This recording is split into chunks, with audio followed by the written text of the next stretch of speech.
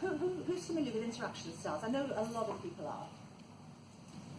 About half of you, I think.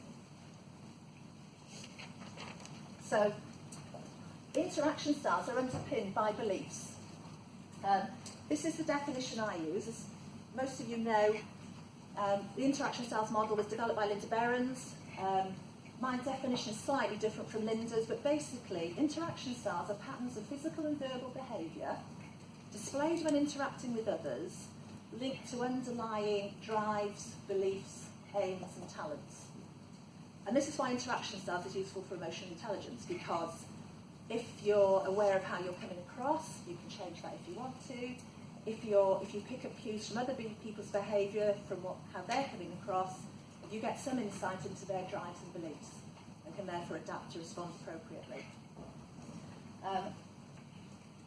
So I'm going to say a little bit about the core drives and beliefs of people in the 4 styles.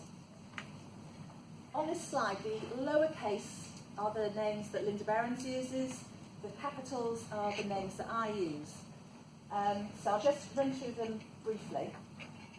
So Chart the Course Navigator, their drive, their energy if you like, their drive is to have a course of action. They want to have a plan, they want to know what's going to happen.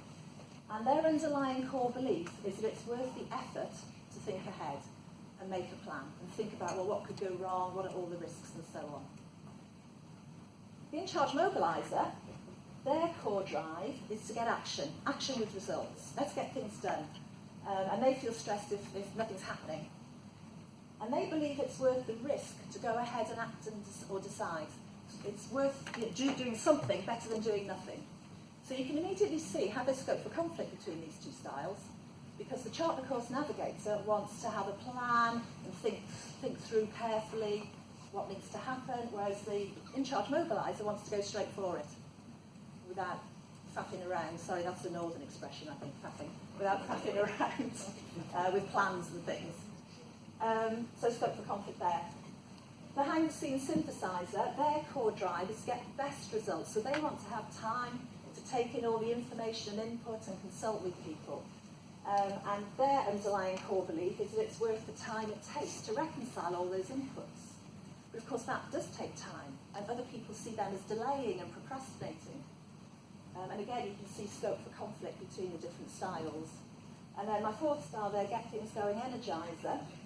Their core drive is for involvement. They want to involve people, they want to get people's buy-in. And their core belief is it's worth the energy to involve everyone.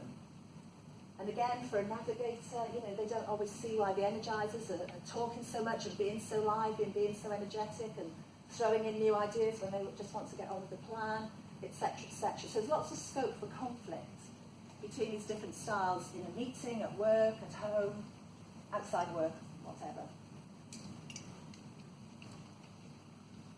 For those of you that aren't so familiar with interaction styles, this is just a mapping of type 2 interaction style. So you'll see the names of the styles, you see the MBTI types. The 2 at the top are the more introverted styles, the 2 at the bottom are the more extroverted styles.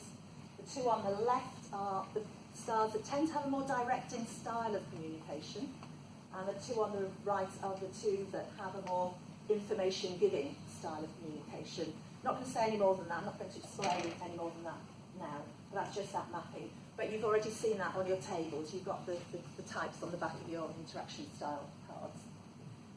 Right. Are there any questions at the moment?